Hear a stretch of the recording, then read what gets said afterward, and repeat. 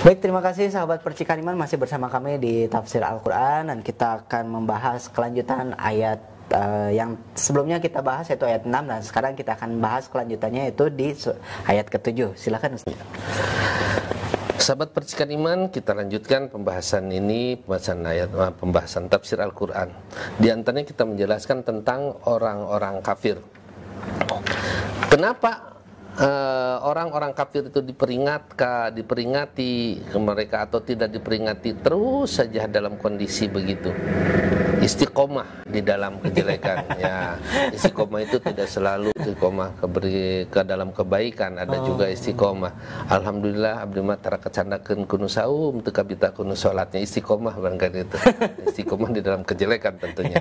Nah, kenapa sampai begitu? Sebab dinyatakan khatamallahu, Allah telah menutup, mengunci ala qulubihim, pada hati mereka, wa ala sam'ihim, mengunci kepada hati dan kepada pendengaran mereka, ya. Wala absorihim gisawah, dan kepada pandangan mereka ada penutup. Maka bagi mereka walahum adabun adim, bagi mereka akan mendapatkan siksaan yang sangat besar, ya. Mungkin kalau kita pikir ada orang yang mengatakan Allah menutup kepada hati mereka, dan kalau Allah membukakan, ya pasti akan beriman.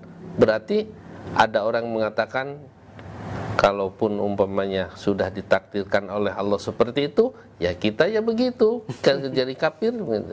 Kalau memang kita ditakdirkan akan masuk surga, walaupun kita tidak beriman, kalau Allah menyatakan masuk surga, ya masuk.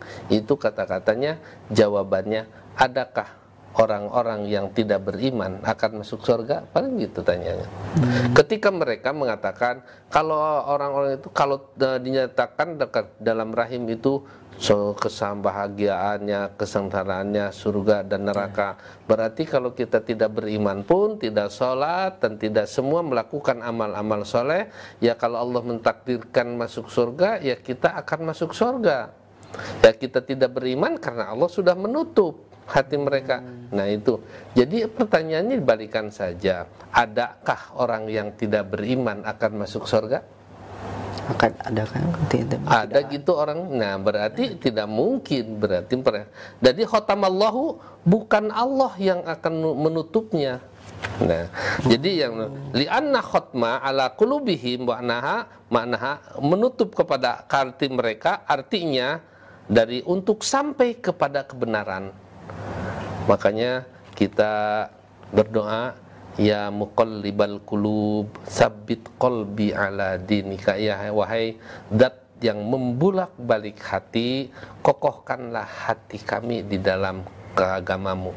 Berarti hati itu, kenapa hati itu disebut qalbun, qulubun? Karena bulak-balik. Hari ini senang, besok tidak. Hari ini suka, besok sudah tidak. Nah makanya ketika hati, ada orang yang beriman kemudian besoknya tidak, itu disebut hati. Tapi Allah sudah menutup kepada hati mereka, bahkan pendengaran mereka. Nanti menutup untuk menerima kebenaran, menutup untuk menerima hak, dan pada pandangan mereka sudah ada gisawah, sudah ada tutup. Tapi sebenarnya bukan Allah semata-mata yang menutup. Tapi di dalam sebuah hadis kata Rasulullah SAW, innal abda idza adnaba danban kanat naktatus saudaa fi qalbihi fa in taba wa naza'a wasta'aba sokola qalbuhu wa in zada izdadat hatta ya'luwal qalba fadzalika rona alladhi qala Allah ta'ala kala bal rona ala qulubihim ma kanu yaksibun. Jadi sesungguhnya seorang hamba apabila dia melakukan suatu dosa, kanat naktatus saudaa fi qalbihi, maka akan menjadi titik hitam. Kalau sudah melakukan perbuatan dosa, maka perbuatan dosa itu menjadi titik hitam di dalam hatinya. Ya, kalau kita berbuat dosa, titik hitam. Sebesar apa titiknya? Sebesar dosa yang dia lakukan. Nah, kemudian fa in taba wa naja, apabila dia bertobat dan mencabut, beristighfar dari perbuatan dosa itu, maka sokula, itu hati itu akan bersih lagi. Nah, makanya kita sering beristighfar, membersihkan titik-titik hitam di dalam hati kita. Tapi tentunya titik hitam ini bukan secara hakiki. Bisa saja hatinya itu bersih ketika orangnya bersih, tapi hakikat pada makna. Jadi menjadi titik hitam itu adalah tanda orang yang sudah berbuat dosa. Ya. Kalau kita beristighfar, bertobat dari perbuatan dosa itu, maka titik hitam itu akan hilang. Wa idza zada, apabila dia menambah perbuatan dosanya, zadat, dia titik hitamnya pun akan bertambah. Hatta ya'luwa qalbahu, sehingga akan menutup kepada hatinya. Kalau tidak dia berbuat dosa, tidak bertobat, berbuat dosa, tidak bertobat, maka titik-titik hitam itu akan bersambung. Itu yang dimaksud, Allah akan menutup pada hati mereka. Tadi sebenarnya pada hakikatnya adalah manusia itu sendiri yang melakukan menutupnya. Akhirnya Allah tutup saja. Nah, kalau sudah tertutup seperti itu, cahaya nur hidayah tidak akan bisa menembus. Makanya dinasihati, masa bodoh, karena hatinya sudah tertutup noda hitam. Dinasihati, andartahum, diperingatkan oleh kamu kepada mereka, amlam tundirhum, atau tidak diperingati, la yu'minun, mereka tidak akan beriman, karena cahaya keimanan, cahaya hidayah tidak bisa menembus kepada hati mereka.